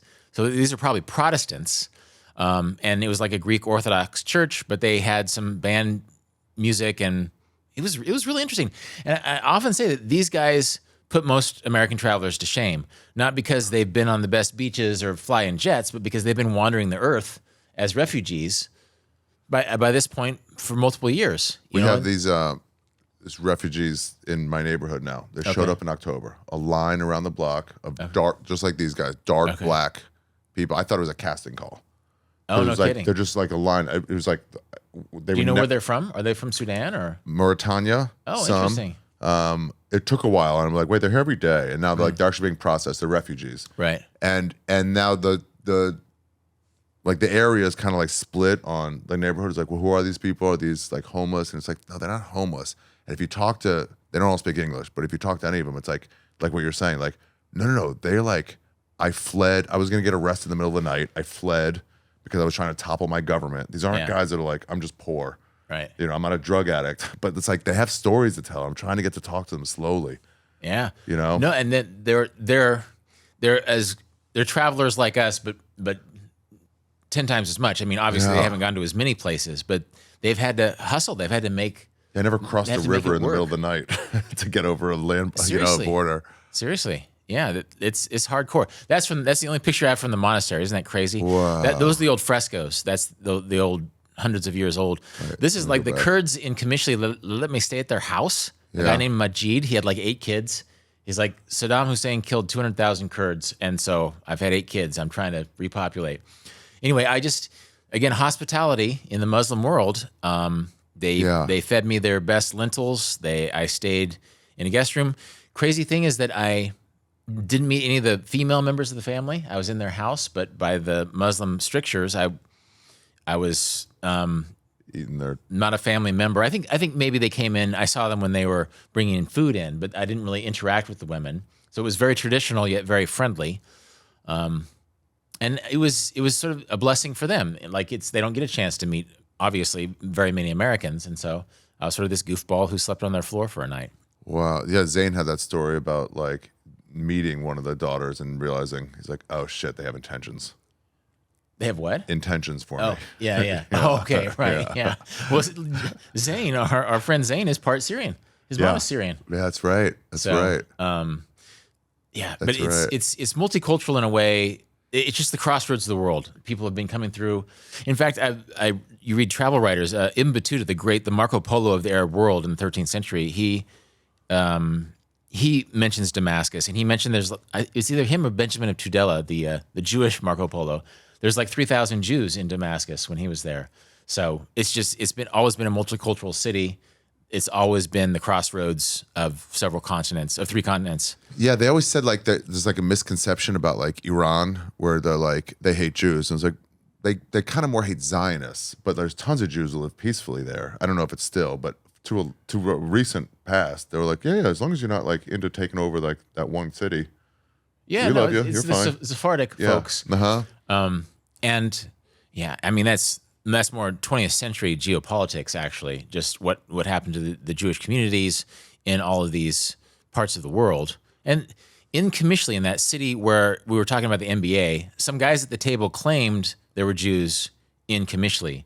I never met them, but there were Christians. There were several sects of Christians and different kinds of Muslims hanging out with me. They claim talking that about the they were NBA. Jews or that there were They Jews? claim there were Jews Oh, wow. in this little town on the border of Turkey and Syria.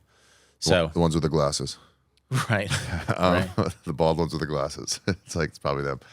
Do you ever feel bad staying in a place like this and like eating their food as like to them anyway, a rich American, even though you're a backpacker? Oh, this happens everywhere in the world. That it's easy to feel guilty because you could afford 100 times this, Yeah. But especially in cultures that value hospitality, it's a blessing for them.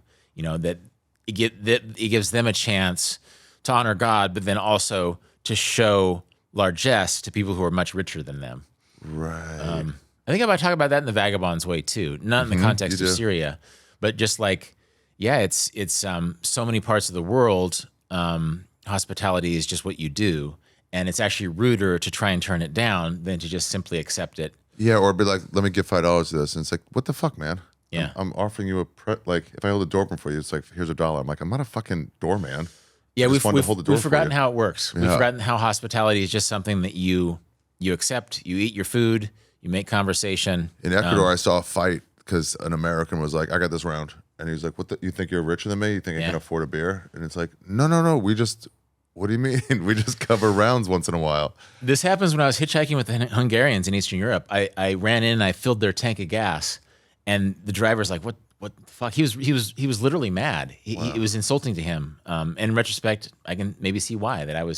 Maybe there was something paternalistic. And it's like if you had done a deed, it probably would have been better. If you were like, let me take the squeegee and wipe the whatever, that's a maybe great that'd be point. like, oh, that's a great nice point. of you.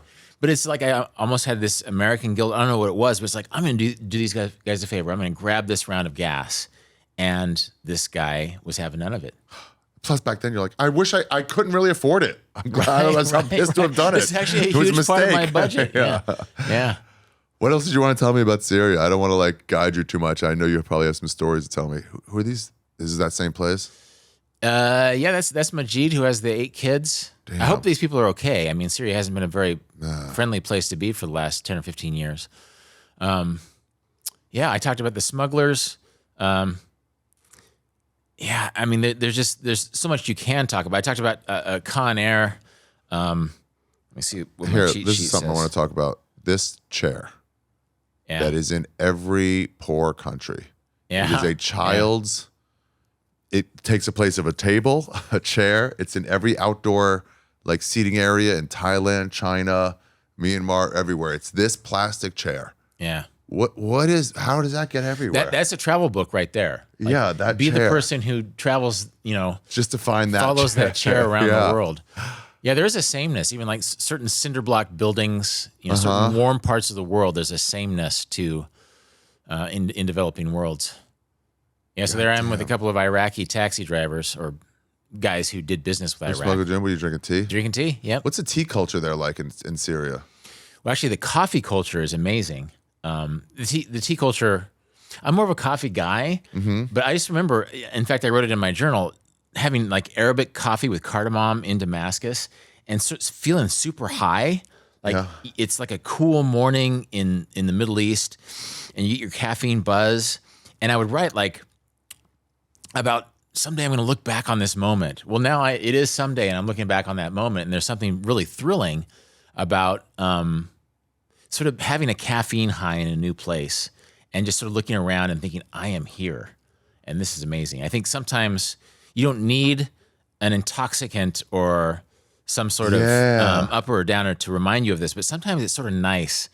Maybe you take the shot of ouzo or you have a really strong cup of Turkish coffee that's just rich with sugar and cardamom. And then it's morning and you're sort of starting to wake up and you realize you know nothing. You have no idea you're going to eat a sheep's brain sandwich. You have no idea the next car that drives down the street is going to have a Batman symbol on it. And it's just, those are the simple, and you can appreciate this. Those are the simple moments that make travel worth it. There's the bucket list, but then there's also those moments where it's just like, nobody knows where I am. Yeah. And I am wide awake and anything could happen. And I just feel so lucky. Yeah. You're drinking some coffee. Right. Exactly. You're like, and the tastes are so full because you're like, this is different. I'm noticing it as you're noticing everything else around you. Yeah. Yeah, you're right. Nobody knows who I am. That's a good way to put it too, because it's like, Or where I am. it makes it more exciting. Yeah, it's that, and I think this happens less often now because we live through our phones. But just like anything could happen, nobody knows I'm here. Nobody knows who I am. I'm going to walk down the street and it's going to be super interesting, and it is. Yeah. You know? God damn! How long did you stay in Syria for? 3 weeks. 3 weeks. Yeah. Was that the? Is it like a month-long visa? Do you remember? I don't remember. I honestly don't remember. A lot of these places are 30 days. Yeah. It's like the standard. Yeah. I think that's probably what it was. And I had to apply for it in Egypt, and then it was sort of an out and back thing. Went back to Jordan, but it's easy to say because now it's sort of an off-limits country. It's just one of my favorite places, just because, I guess, and this is any place that has a bad reputation probably has super friendly people because they're just not jaded by tourists. And people don't see you in a geopolitical way. You know, it's just like, oh, you don't see this guy every day. Right. Who in this neighborhood knows English? Let's get that kid who's been studying English and let's find out what this guy wants. Yeah. And that really happened in Syria. And I don't know, it's like the Syrians I met were really educated too. It was a dictatorship, but they had good education, just a lot of engineers. I mean, it's that sort of old Ba'athist idea of, I don't know, Soviet self-improvement or something, but, and maybe there's a little bit of 2020 hindsight, but I just have really fond memories of Syria. And when all that violence broke out in the early 2010s, I was really sad because I met some really cool people there. Was Damascus a cultural center? Like the way they said Beirut before all that was like the cultural hub of the Middle East. Yeah, and Egypt too. Like even like you hear a call to prayer in Indonesia, and odds are it was recorded in Egypt. You know that like that. Really? That's. I mean, there's a huge population density there. Beirut definitely, because Beirut is practically Europe, right? Yeah. Very, very global. Cairo is less so, but Cairo is just it's the pop culture center of the Middle East. Damascus, there is some. Like you read an anthology of Arabic writing, there'll be a few Syrians, Damascus-based people there. Did you get to Aleppo? I did. This was kind of destroyed, right? That was destroyed. I went to I bought some silks in that market that was destroyed in the war. Oh. I wrote a story about it. I was like walking down the street, and this was before. It's so weird. Like 24 years ago, there weren't iPods, right? Some people traveled with some cassette tapes and a Walkman, right? I heard Sex Machine coming out of the hotel room where I was, and I had missed music so much. Like the James Brown song "Sex Machine." I missed music so much that I just stood outside the room and listened to it. Like I was so hungry for songs. Like I remember watching Fight Club in Cairo, and they play a Pixies song at the end. "Where Is My Mind?" And I just felt good song. Like you don't feel this way anymore because you can listen to a library of music on your phone at any time. My heart was so full when I heard the Pixies at the end of Fight Club because I hadn't heard that music in a long time. I stood in the hall like some kind of pervert outside of somebody's Aleppo hotel room because I heard a James Brown song in Aleppo. It's so funny, just like listening in. Yeah, no, like it was like I feel so good. Yeah. I felt so American. It was like the Star Spangled Banner times 100. It's like I'm just so proud that James Brown is from America. And I'm just going to stand here till this song ends. Yeah. And the kids out there don't understand because it was great to immerse myself in the Arabic music. And there's some crazy stuff. I bought some Arabic cassette tapes in various parts of the world, including Syria. But the fact that I hadn't, you and I have talked about going to Israel after being in the Arab world, and then you see a woman in a bikini, and it's like going through puberty again. Simply because you haven't been exposed to that. It's the same with music. Is like I hadn't heard any of the rock music that I loved, and so suddenly, or the soul music. So suddenly, I'm listening to James Brown, and I'm feeling as patriotic as I've ever felt, just because I hear it in an Aleppo hotel room, in the hotel hallway. Yeah. And I'm just like, I hope these guys don't open the door, but in a way, I don't care because I haven't heard this song in a while. You'd be like, I know this song. I'm just listening. It's like you're not doing anything creepy. You're just like, it looks weird, but this is it. This was like where you went to get in Aleppo. Yeah. And I'm trying to think of, I got some very, like, Arabic merchants are so like you talk to one guy and you buy something from him and he'll nod to the other guys down the way and pretty soon everybody is trying to hustle you in because you're seen as a guy who wants to spend some money. It's crazy. You're like when they like you get a suit in like Hong Kong or something like that and you're walking out with your suit, they got to tell like, you want a suit? I'm like, no, I just got a suit. They're like, come on, get another suit. Yeah, like, yeah. I'm full. No, when I was suits. in Thailand last December, I got a suit. It's an amazing suit. Yeah. But I got some silks. I got some Syrian silks that I gave, I think, my mom and my sister, and they were amazing. And that place is gone. It's a shame. Damn. Yeah, war sucks. I heard one time, it just reminded me, and by the way, I've said this, and it's such a good writing tool that we figured out at the Luxembourg Gardens. Where like tell a story, remind me of a story, tell that story, remind me of a story, tell a story. For sure. Yeah, we should do a podcast that way. Yeah. And it's already happened because like we've talked about Thailand and South America. Yeah. I was trying to go to East Timor, I had to land in West Timor or whatever in Indonesia. Yeah. And from the airport, got a cab to the hostel, to the one hostel I heard about, and a Guns N' Roses song came on. I was like, oh, sick. Yeah. In the cab. And then that ended, and it was like a 30-minute drive. A second Guns N' Roses song came on. I'm like, oh, this is the tape.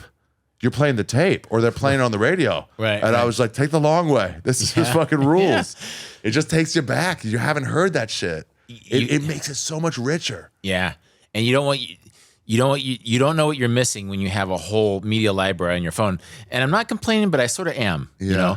because the beauty of listening to James Brown in a hallway in Aleppo, it was a way that I could only feel in the year 2000. Yeah. The beauty of watching Fight Club in Cairo, which is amazing in and of itself, because that's such a crazy movie, seeing it for the first time, and then hearing the Pixies at the end, and it's just like, yeah, that just felt so good. It's like meeting a part of yourself where you didn't expect to meet it. How did they take that movie in Cairo? That's a great question. I mean, it's all about overthrowing governments and the society in general. Right, yeah. I mean, when everything's blowing up at the end, spoiler alert, when everything's blowing up, you had your time. Right. It's just like, oh yeah, and the happy ending of the world just being destroyed is like, yeah, I wonder how they took that. I wish I remembered how they took that. And maybe there weren't that many people in the theater, and maybe it only ran for a week or two. I actually saw The Green Mile in Cairo. Remember that movie? Yeah. And like every time the actor mentioned God, some pious guy in the audience was like, Allah. He was like really mad. They had sort of this new age science fiction Stephen King take on God. And so some pious guy in his jalaba was like, he was reminding everybody in the theater that we're not going to have this Americanized, Stephen King prison idea of God, but he's going to remind us. I like how they rename movies in other countries because it doesn't apply. I saw Groundhog Day in Israel, and they just don't have that holiday. Oh, okay. Yeah. Okay. So it was called "I'll See You Again Tomorrow." Okay. In Hebrew. Oh, that's not bad. Yeah, it's not bad. It's pretty close. Yeah. That could almost be its own You Be Trippin episode. It was like movies you've seen in other places. That's a good idea. I saw That's a good. Write that down. Pleasantville. Ideas from new episodes. There we go. Yeah. Seriously, no, it's affecting. Yeah, I saw Pleasantville in Riga. Where's Riga? I saw Dude, Where's My Car in Bombay. Oh my God. Oh my God. Why would they get any of that? I don't know why they were showing Dude, Where's My Car. I love a cadence movie translated. It's like, you're never going to get this. Yeah. Yeah, I have no idea. I laughed until I cried. Yeah. Again, it was in that era. It was the same year. It was 2000. It was in that same year where it was like a heroin injection of American culture. And like all the references in Dude, Where's My Car? I have to rewatch that movie. It's a very silly movie, but yeah. Yeah. But I watched it in Bombay, and it made me so happy. Damn. I fucking want to go out to Syria now. No way. Can I get there? Man. You think it's safe? Probably not. Kids out there, don't try it unless you like have a family member there. I met a Swiss lady who was going to Iran. She's like a environmental activist now. But I was like, Iran? She goes, I mean, you got to wear a scarf some places. But she's like, those dangerous parts are like 3 out of 40. Right. So like, it's not that bad. I bet Iran is really friendly too. I bet you meet, again, another Islamic country that doesn't get a lot of Western tourists, not a lot of Americans, but again, everybody has a cousin in America, in Iran, because there's so many Persians in the U.S. that I would love to go there. Yeah, you rate people for their governments, and then the people have nothing to do with that. Not at all. I mean, a quarter of this country voted for Trump. A quarter of this country voted for Biden. So like 75% of us are not that government. Well, I've said before that the people most likely to judge me as an American on the other side of the world are Canadians and Brits. Right. You know, because they have a very strong sense. They sort of define themselves in contrast to the U.S. Like, well, at the very least, there's an American there, and they've done more embarrassing things geopolitically than we have. Right. But at the end of the day, oh my God, like my taxi driver in Syria was so excited, you know, that he had an American in his cab, and that's all over the world. And it's NBA. I had one in somewhere, maybe Myanmar, maybe somewhere. I was like, they're from America. They're like, Schwarzenegger. And I'm like, oh, wow. Yeah, he's not American, by the way, but okay, I get what you're saying. Right, yeah, right. It's like movies is what you mean. Well, I'm not surprised that they were into Schwarzenegger. I was surprised that they were literate in the Utah Jazz. Specifically, They were talking about, this guy was a Utah Jazz fan in Qamishli, Syria in the year 2000. Wow. And I just thought that was cool. Because at the end of the day, that's what people care about. You know, they like, do we know who other countries' leaders are, or what their foreign policies are, or even what their histories are? They were a bad team back then. Damn. Oh wait, that's now. That's now. Okay. Go back. Okay. They don't go back. No, I think they were pretty good. Okay, here we go. The Jazz got off to a 15-7 start. Not bad. 55-27. Damn, that's pretty good. That's a good team. Yeah, Division that's why they were first, talking about Midwest. the Jazz. Yeah. And then also Majid, the guy with the 8 kids, he's like, Magic Johnson is dead. And I'm like, no, he got AIDS, but he hasn't died. He's like, no, he's dead. No, you don't know this, but he's dead. And so, like, I was sort of in an argument with the Syrian guy who was just convinced. It's like you couldn't convince him that Magic Johnson was not dead. 25 years later, still alive. Right, Like, exactly. No, he died. Exactly. So Majid in Qamishli, Syria, 24 years ago is like, no, you didn't know? Like, Magic Johnson is dead. It's like, He's trying to break the news to you. He And you're had like, AIDS. Yeah. Reader's Digest, Batman, Magic Johnson, the Utah Jazz. Majid rules, first of all. Yeah. I think that's Majid. Yeah. I think that's Majid and maybe his wife or his mom or something. Be careful. You're going to insult him if it's, Right. it's his wife. Right. I should have taken more pictures. That's the crazy thing. You have It's a like- roll of film, and you know it's expensive to your dirtbag sensibility, and the pictures don't come out that well anyway, and it's months before you can see what they look like. Yeah. And so I gave you all my Syria pictures. How many of them? Like 8 or 9? 7, 8, Yeah. something like that. The weird thing with pictures is you have to stop and interrupt the day to do it. But so it's like, I have a memory right now. I don't need this right now. You know, this memory of this. But you will, 25 years later. Yeah. Yeah, you weren't going to remember the tapestry on his wall. Yeah. Well, that's the thing. James Brown moved my soul, and that was a technologically rich moment because I didn't have any other options. But at the same time, I have fucking 8 pictures of Syria. You know, James Brown.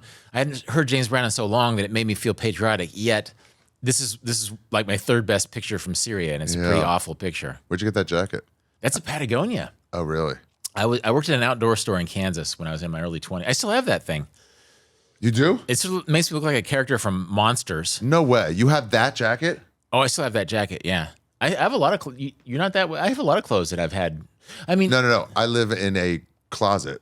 You live on a farm. right, So you have yeah. way more ability to store things. That's true. That's true. Wow, you still have that fucking jacket. I don't wear it a lot. But I'm yeah, a that's a materialist, Patagonia. so like I love that. Yeah. You know, that's amazing. Actually, I could write the story of. I still have the shoes that I wore on that trip because I have a sentimental relationship to them. Yeah. And so I could write a history in clothes. I wrote a book about souvenirs. You've read that book. Yeah, small, But easy read. Clothes are a weird, like, signifier of certain times in your life, you know? So I've lived that coat, just like that copy of The Vagabond's Way has been to more countries than some Americans. That coat has been all over the place, you know? Yeah. And it's possible I'm wearing that on the cover of Vagabonding. It was the same trip, same year I took the picture on the cover of Vagabonding. No. No? You're wearing a white shirt. I'm wearing that shirt. I'm wearing that, and Really? that's like I think that's like a North Face vintage shirt. Hold on, I can look it up here instead of. Oh yeah, that's Egypt. Yeah, No. that's the shirt I have those boots in my closet. Those are the No same fucking pants. way. Really? Yeah. Yeah, those boots. In fact, if What kind of anybody, boots are they? I should auction those off for charity. They're Oslo.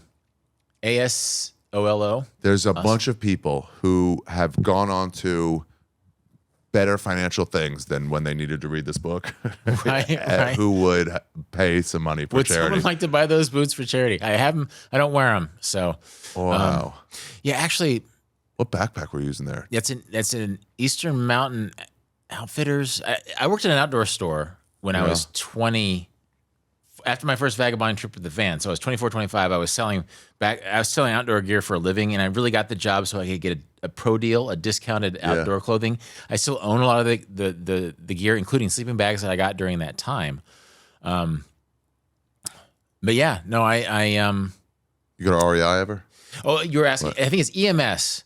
Yeah, my wife loves REI, but that's EMS, and so that's The backpack? yeah, it's way too big. Zane, our friend, gave me shit about that because it's like, dude, why are you carrying that much shit? Through the desert too, by the way. Right. It's like jettison some things. No, there's a sleeping bag in there. Like this Yeah. was when I was still a little bit naive. I was still a little bit green, and so I carried a sleeping bag all over the Middle East, and I only slept in it like 7 times.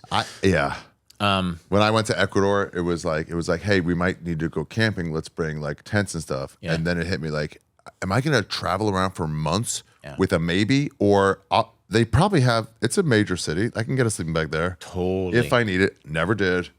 Went to Kenya last summer, climbed Mount Kenya, bought a backpack in France, rented hiking poles, rented a sleeping bag. It's so much better to just rent. I met a friend in Guatemala, a hiker, a real hiker. He's Australian. And he said all these people go to Chimborazo and try to climb it, but it's all these rich people and they're done. They're like, I don't want this stuff anymore. Oh. And he goes, I want to start a business just getting that stuff and then renting it to people. There you go. Yeah, that's a great idea. Yeah. Yeah, I think there's so many. I'm sure this happens more in Kilimanjaro. I climbed Mount Kenya last year. There goes my pen cap. Where people come with a very specific idea of what it's going to be like. When in fact, just show up and somebody will rent you your gear and you hire porters to carry your stuff. You don't need that much stuff anyway in that type of situation. But this, I was so green. I slept in the desert that night. Wow. This is actually my story from Marco Polo Didn't Go There, Be Your Own Donkey. So when I tried to buy a donkey and nobody would sell one to me, so they said, be your own donkey, asshole. Just go walk in the desert. You don't need a donkey. So I had this adventure in the desert, way, way overpacked. What a cool But picture. yeah, that's an EMS. I think it's like Eastern Mountain something or another. I got it on a pro deal. I still have that. I still have that bag. I may give it to my nephew. Damn, bro. But yeah, it's funny. I have an old Gregory pack that I used in the 1980s. And a buddy of mine he flips stuff on eBay, and it's worth like $300 to $500. Like this old, banged up, because there's people who are really into Gregory backpacks, which is sort of an elite brand. It's like an OG Spire backpack. My Osprey just started breaking. Yeah. That I had through Asia, through everywhere. And then they're like, they will fix it. And if they can't fix it, they'll schedule a new one, but it's like 8 weeks. And I'm like, well, I gotta. Have they sponsored you yet, Osprey? No, what the fuck? It's my favorite backpack. You've given them free advertising God again damn. and again, yeah. But I gotta get a new one, and it's like, then you gotta like decide like what, you gotta get the exact right leader so you can fit it on overheads. They made like a slightly bigger model of the one I have, and I'm like, no, that's not gonna work anymore. I was at the limit right then. I use Tortuga. I know the guy who started Tortuga, and it's actually designed for travelers. So many Europeans you see, and again, this is free advertising, but I love Tortuga. Yeah, sure. Like you see these Germans, and they're like hike the Alps backpacks, and they're in Sri Lanka. Whereas Tortuga, it's made for travelers, and so you fit it in the overhead bin. Right. It's 30 or 40 liters. It's designed not for camping in the woods, but for traveling the world, and so it's nice. There's a different one for woods backpacking. That's a different thing. For hiking that, where you need like granola bar pouches so you can like, or your canteens or your hiking poles or whatever. And when you travel, when you go to Syria or Thailand or whatever, you don't need that much. And so just have a nice cube that you can put in the airplane that isn't going to be heavy. That's not. we should design a backpack, because at least they should ask you. They'd be like, what do you want? I want a top loading and bottom loading possible, so you don't have to like unload everything to get some, or total unzip so you can like see everything. Detachable day pack is huge. Okay. Some of those straps to like hang stuff on, like wet socks. What would you put on there? No, this is, and it's been a while since I've been super dirtbag backpacking, Yeah. so they should do several different levels. And by the way, Osprey, you guys should sponsor him. If not, we can talk to Tortuga, because I know that Tortuga, Fred is the founder of Tortuga. He can design the Ari Shaffir, maybe. Really? Backpack. Yeah, maybe. covered up like I the can Maryland talk to him flag. about it. Yeah. Right. No, but totally, like, you how many times have you hand washed your clothes in the sink and they're not dry yet? And you got to go. Like a little rack, you can hang your socks on the back. Yeah, we'll have to think about this. Take notes. Next time you're out on the road, think what could be better about my pack right now. Yeah, right, exactly. You need a camelback pouch, but also to not take up space if you don't have a camelback. Right. For the hikings. You need some something you can access, like a water bottle where you can be walking and just pull it out. You know? Mm-hmm. Damn, there's so much. Electronics. There's an essay. And a lot of backpacks have this, but you have a little slide where you put your laptop or your electronics or stuff like that. Mm-hmm. And actually, I've talked to other designers. Like this one company, they gave me a test pack, and there's like a special cubicle for your shoes. Well, I have size 13 feet. My shoes didn't fit in there. And it's like, don't try to be too smart. Yeah. Because like you design a pack with too many snazzy cubicles, and it's like they're doing your thinking for you. It's like at the end of the day, just give me a stuff sack, and I'll put my socks in there, and I'll put the stuff sack where it makes sense to put it. You don't need to hyper engineer this place with your special compression chambers and compartments. Just don't be smarter than me. Pockets. I like pockets, but not for any reason, and just like let me figure out what I want to put where. Yeah. But some separators that are in there that I can use. Maybe to like, some wallet separators, goes but here. even ones that are Velcro, that they can be a separator if you want it, or it can just be a you can pull it out. a neck pillow if you want that. So Ooh, this that would could be be a the fun challenge. task. Yeah. You ever use a vacuum sealer? Vacuum like compacts all your stuff? No, but they have versions of that. They have compressors with a strap. They have Have you used vacuum sealer? Well, there's these little pouches, and you put your stuff in, then you just squeeze it, and it'll let the air out, but not back in until you unscrew, and then it's just like way smaller. My philosophy on that is that that's just a trick to make you pack too much. Right. So one advantage of like a 30-liter pack is that you have to make decisions.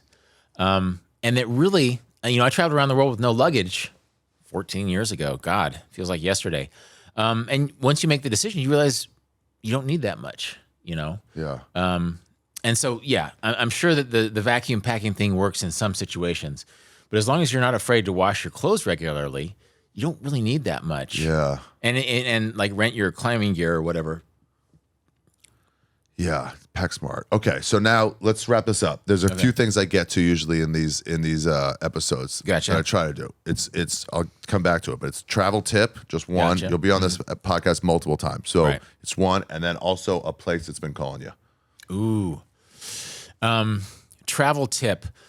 I would say, oh my God. Slow down. There's a billion of them, so There's a billion. Yeah.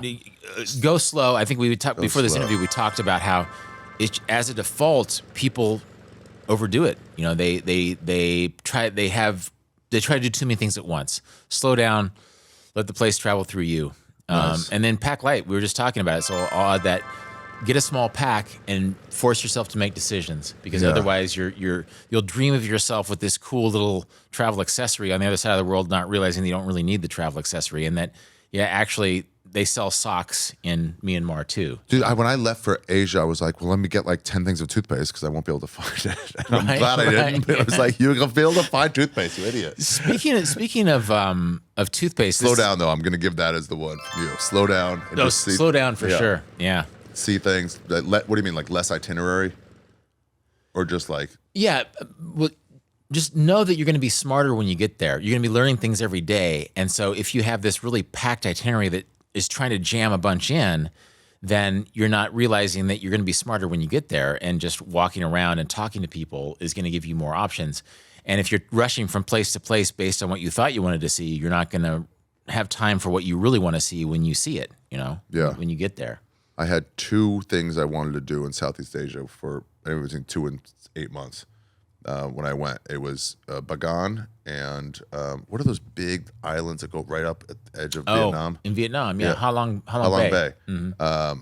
I only got to one of those 2 Okay, in 4 months, and it was like fine. Yeah, for years, my first vagabonding thing through Southeast Asia, I had like everything. I had all these ideas, including Malaysia and Indonesia, and it was 20 years before I got to Malaysia and Indonesia that I realized that it was better to throw that research away for the time being and just enjoy Thailand and Laos and Vietnam and later Myanmar than to try and do something based upon what I thought I wanted to see as opposed and those countries are still going to be there, right? You know, just eat your vegetables and live long and there'll be time to go to all those places. Yeah. All right. What do you want to say about where do you want to go? Like about where I want to go. Yeah. Well, where I want to go is where I'm going. So I'm going to Vanuatu and to Bali. Where's first Vanuatu? time. You've never been to Bali. Vanuatu it's down by Papua New Guinea. It's in Melanesia. Okay. Melanesia? Yeah, it's I'll do this instead. oh, there it is. Oh, wow. That's out there. Yeah. Vanuatu? Yeah, Vanuatu. It used to be called the New Hebrides. I'm sure. Oh, there we go. Melanesian. Damn. Yeah, there it is. And there's like 80 islands and 200 languages spoken in Vanuatu. Like every valley has its own language. Yeah, the Solomon Islands. I think that's where New Year's gets rung in Yeah. first or something. Yeah, I didn't realize how Maybe far Tonga. south it is. Damn, that is nowhere. Yeah, I've never been to the South Pacific.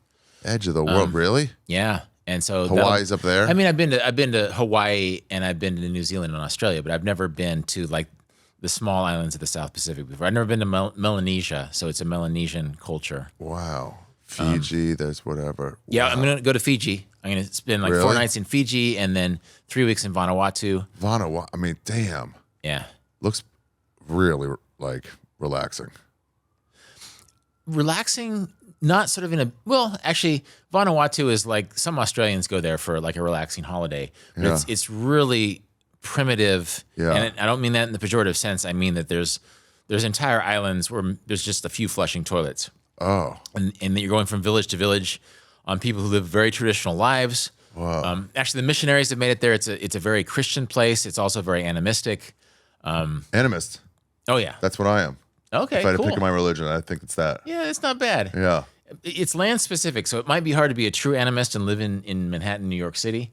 Because Yeah, I think true. There's animists so are little soil and wood that you touch. They're informed by Yeah. landscape. Oh, but like Werner Herzog, if you watch much Werner Herzog, he has a Grizzly man. documentary about volcanoes. Like the island of Tana has this volcano. It's one of 3 in the world where you basically look down right into the lava. You can always go down and look down into the lava. And that's affected the religion on that island. Actually, that's where the cargo cults are. Have you heard of cargo cults? Where they believe it was affected by World War II to an extent. That they believe in this guy named John Frum who was going to say, "I'm going to bring you a lot of stuff." And then World War II soldiers came and gave them all this stuff. They were these wealthy people. There's a lot of black soldiers and Melanesians have kinky hair and dark skin, and so they were so impressed that these soldiers that looked like them were there with all of these supplies and machines. Look it up. There's a Wikipedia, long Wikipedia plate where cargo cult, where basically they think the Messiah is basically going to be an American. And instead of bringing them eternal life, he's going to bring them crates and crates of cool stuff. I'm sorry if you're a cargo cult member and I paraphrased the religion wrong. The religious moves chiefly been out. Wow. Okay. Yeah. Oh, this is going to be a Patreon episode for sure. Oh my God. I would love to talk about it when I come back. Yeah. But, yeah. When you get back from Vanuatu, for sure. Yeah, That's yeah. an episode. Yeah. Nobody's doing that. I do have a friend who was in Kabul when it was what are those things called? Where the government hires people to build it up. Government contractors. It was a government contractor town. Yeah. And they were like, bring out whatever, but like Yoshi. So I will have someone else who will be on this with Syria, but also of a time that's no longer there. He goes, that city is gone. Right. As soon as they pull back, Yeah. that everyone he knows is like no longer there. I would love to go back to Damascus. I'm not sure. I'm sure some parts of it are the same and some of it are not. But yeah, no, Vanuatu is going to be very, very new to me. Damn. I've never been to a part of the world that's quite like this. Damn. How come this? How come that? I'm traveling in the footsteps of some Kansas filmmakers, Martin and Osa Johnson. My wife Kiki and I are following the footsteps of Martin and Osa Johnson, who went there 100 years ago and made some of the first documentary films about these parts of the world. What, you just been following these people and then now you're like actually following them? Yeah. What, are you reading their stuff or watching their stuff? No, they made movies. They haven't always aged very well. Like their movies, they made a movie in 1917 called Cannibal Isles of the South Pacific. And so they went to the New Hebrides, now Vanuatu, looking for cannibals. And they didn't really find them, but they sort of pretended that they found them. It's a fascinating story. So you're Jesusing them? Jesus Following them around the world. Yeah, just making I'm them curious. It's a cool way to get around. Martin Johnson traveled with Jack London, like in the 1900s, and he married Osa Johnson, who was sort of a vaudeville performer, and like I'm a travel writer married to an actress, and so we're both from Kansas. We're both like the same age apart, and so we were just fascinated with them. And so, well, just like, so you're into rugby, you go to Fiji or New Zealand. Yep. You have different pretexts to go to places. There's no way I would go to Vanuatu had I not been fascinated with this old Kansas couple that are sort of similar to me and my wife in a certain way, and lived 100 years ago. Wow. And so that's why I'm going to go to Vanuatu. Fucking cool. Hold on, before we wrap up, let me do this. And you can edit the shit out of this, by the way. I always feel like I ramble a little bit. We get excited, Ari, and we talk I talked to my mom. She's listened to a few episodes, and she I'm liking some of the feedback because it's making me realize. Also, your feedback on it was interesting. My mom was like, she listened to a couple. She goes, I really liked them. I didn't like this one about one place. I won't say which one. And I'm like, why? She goes, he didn't make me want to go there. Oh, the other ones made me want to go there. That's a good. That's a good frame of operation. This made me want to go to Syria. Oh, yeah. And I wish there's a second search engine that I have to use, which is it safe? And then is it safe for Jews? Right. Yeah. But whatever. No. Anyway, everybody, these are 2 books you should get if you're at all interested in traveling at all. This one, you should just buy The Vagabond's Way and just put it in your backpack and then just have it for when you're gone. Every one is a fucking, you see this, is like a different, it's one per day for a year plus a leap year. But it's just random. It'll just get you thinking about traveling.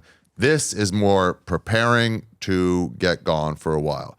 So get Vagabonding and read it. This Vagabond's Way, I would just say just keep it in your travel backpack. Oh, these are U.S. bonds I found for my bar mitzvah. Oh, nice. How much are they worth? It took them like 15 years to accrue. They're 50 and 25. Now they're worth like 51 and 26. Okay. Yeah. Okay. Almost nothing. But damn, I didn't realize I probably have stuff in here. Nice. This is an advanced paperback. It's also out in paperback now. I just saw it at the Barnes & Noble. Oh, really? Yeah. It was not then. It was a hardcover for about a year, and now it's in paperback. My advice is before you even start, tape up these sides so they don't fucking fall apart. Rolf, buddy, thank you very much. You still have to do your podcast? My interview with you? They're just in general. You still do? Oh, I'm still Deviate? doing it. Yeah. Yeah, Deviate. I'll put it in earlier too. Deviate with Rolf Potts. Check it out. I'm on there 4 times. You're one of the all-stars. I think you've been like 7 or 8 times. Damn, really? And sometimes I rerun them. Like I take your podcast and make them my own. So there's a lot of Ari on there. By all means, go for it. People love my Ari episodes. Yeah, we get into it. It makes it. It's me and Tim probably the top. You ones and Tim, there. maybe Andrew McCarthy. Andrew McCarthy, the actor from the '80s movies. Yeah, no, he's a travel writer. You didn't know that? Andrew McCarthy, the actor from the '80s movies. Yeah. He's what? He's written like 2 really good travel books. They were thinking of the same guy. The same Heartthrob. guy. I went through the same thing.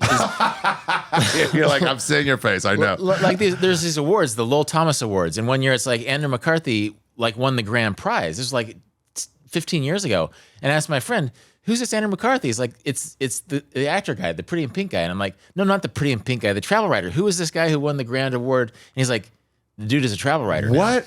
Now. And I've become friendly with him, and he writes really smart travel books, and it's one and the same. What? Where does he live?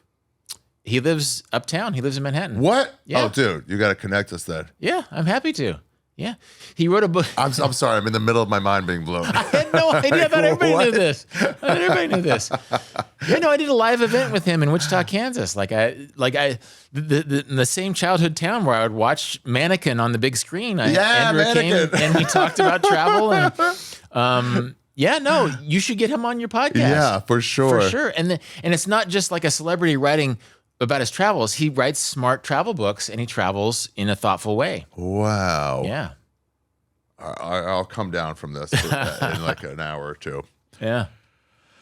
All right, Rolf, thank you very much. The best episodes of these have always been the ones where I'm like longing. And this has left me that, so thank you very much. And I'm sorry it can't be for a country that's easier to travel to. I cannot recommend Syria for everybody, especially people with an Israel connection, unfortunately. But there are these countries still available and these places still available. I just don't know what they are. There's a version of it. There's a place somewhere in the world that people think is dangerous, like Iran or some other place where you go there and you meet an everyday person, and it's... I bet if you went to Oskemon, Kazakhstan, it might be okay. I bet. I went to... where's the place? Where's the main town? Almaty. I went to Almaty. Yeah. Loved it. Damn. Yeah. You've been everywhere. All right. Yeah. All right. Sorry. I feel like we ramble a bit, but yeah, we did. It was still fun. Way. Yeah, it was still fun. All right. Thanks for tuning in. Please subscribe and check out Rolf's podcast, Deviate, where he talks about this in a far more thoughtful way than I do, and less dick jokes. Till next week, everybody. Thank you very much. Well, that is the episode, everybody. What a cool trip. What a cool trip from Rolf Potts. Syria, like the right way, though, too. God, can you imagine going like that? Damn, if you think I'm a high-level traveler, I'm like a 6.5. I'm like a 6.5. Maybe a 6. Maybe a 6. And Rolf is like a 9.2. There's other guys that are even more wild. That are just nuts. Hey, I'm here on the guest side of the over-shoulder shot. Check this out. More souvenirs. Oops, that's some money that I haven't put up yet. Thank you, Rolf Potts, for coming in. Don't forget to pick out his book, The Vagabond's Way. That's available right now. You might also be aware or already have a copy of Vagabonding. That's a book you buy for a friend. If you're ordering The Vagabond's Way, pick up a copy of Vagabonding for a friend. That one's like 180 pages. This one is 366 pages. Handwriting a Letter Home is an iconic travel rite, August 18th. One can travel in different modes on a single journey. Yeah, true.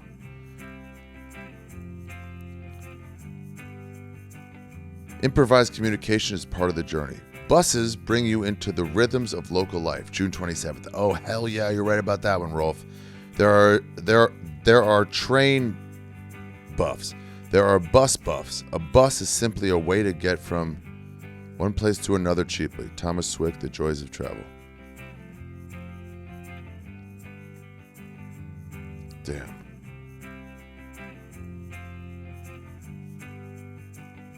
Nobody ever waves at buses. Canadian novelist Club Equip. They move more. Oh, wow. Yeah, you're right. Away from home habits, your receptivity deepens. Ooh, here's a quote that I fucking marked for some reason. In every long journey, there is a moment when you perceive that travel has truly begun. It does not usually happen at the beginning, but when you feel that your soul has fled from the habits of daily life. Javier Reverte, Corazon de... Oh, whatever, who cares? Interesting. What is... Ooh, Roger Waters. Signed. I've not seen that. A signed ticket. That's for Tony Hinchcliffe. Don't tell him. Anyway, get this book, The Vagabond's Way, right now. Check out his podcast, Deviate with Rolf Potts. These are all bills that I've gotten a lot from people who sent in that I read on the Patreon. Patreon.com/You Be Trippin. I should put that old episode of Rolf and me in Paris on the Patreon. I moved over all the travel related Patreons from the old one onto this, so there's like a backlog of stuff. Somebody sent me this one, which is, I don't even remember. People's Republic of China, a bill they made during COVID. I wish you guys could see it. It's so cool. What is this one? I forget. I did see a Cambodian one in a bodega on a mirror, and I was like, "What's that from?" And he said, "Cambodia." I almost gave him $5. I might go back there. Egyptian money. Yeah, people are sending it. If you do want to send something in, a postcard from your travels, not from America, but from foreign, send it to 151 151 First Avenue, number 49, New York, New York, 10003. This is a shirt a fan sent me a long time ago. I saw it at a cock rooster fight in East Timor. Futu Manu, the bound foot. Yep. It was a whatever group, political group. Friendland, excuse me. It's such a Frente Revolución de Timor-Leste Independiente. Yeah. Independiente. Frente de Revolución East Timor Independiente. What's the L? I don't know. Today's episode was produced by Your Mom's House Network. It was edited by Alan Caffey or some version of Alan Caffey and Chris Larson. Chad's also probably involved. Listen, everybody's farting around everybody there, so even if you weren't involved in making it, you were involved in the farting process that gets people creatively juiced up. The editing they did, you see the last week on the, I gotta tell you next week is, the last week what they did on with Juicy Harvey, with his poem, it's Chad's idea, great idea, good editing, makes it more fun. Juicy Harvey made me realize that we gotta have a guesties. At the end of the year, we'll do like a guest awards. It's coming up. Best guess, and fuck it, for real, he must be on that list. Harlan. Don't forget my pre-sale starts on Wednesday at 10 a.m. local time, possibly 12, but probably 10 a.m. local time. Use promo code ARI. These are the only cities I'll be doing in 2025. It's just January, February, and March, and 1 week in April. In alphabetical order. Anchorage, Atlanta, Austin, Brea, Calgary, Chicago, Denver, Edmonton, Fort Lauderdale, Nashville, Orlando, Pittsburgh, Portland, Providence, Salt Lake, San Antonio, San Jose, Seattle, Tahoe, Tampa, and Vancouver. See if I know it. January is Pittsburgh, Providence, Salt Lake, maybe San Antonio. February is Tampa. What else we got? San Jose maybe in there. Denver probably. March is Calgary. No, April is Seattle, Vancouver, Edmonton, Calgary, Edmonton. Anyway, whatever, guys. The point is, go to arishaffir.com for tickets. Please subscribe. We're almost at 100,000 subscribers. Pretty fucking cool on YouTube. Or wherever you're listening. If you're listening on Spotify, subscribe there too. I don't give a shit. Next week, the great Irish storyteller Tommy Tiernan comes on the podcast. And we go to Somalia. It's a dark one. I did not mean it that way. It is a dark one. There's more money that guy gave me that I have here. But what's this one? I was trying to even it out. Oh yeah, that's already there. It's tough. You can't tell where they're from because it's not written in English. That's Korea. That's North Korea, right? The father and the son. I might be wrong, but it's definitely the same as that. I'll only put one up. I need some Indian. Well, no, I had rupees. Somebody gave me rupees, I thought. Could be this. Could be that. No, that's Egypt. Romania. Yeah. Mexico, of course. Okay. Anyway, guys, that's the episode. Hope you enjoyed it. Please subscribe. Sign up for the Patreon. Patreon.com/AriShaffir. Send me your postcards from wherever you are traveling around the world. Postcards only, or something thin enough to just like be some bills. Don't go crazy. Don't fucking spend a lot of money on it. But if it's like cheap, the Cambodia money was literally under a quarter. I might give him $5 for that one because we're definitely gonna do an episode in Cambodia. I might be the guest. O'Neill would be a good one for that. Guys, hope you had a good time. Till next week. Oh, Syria. Assalamu alaikum. No. Yeah, that's probably that. Alaikum salam. All right. Goodbye. See you next week.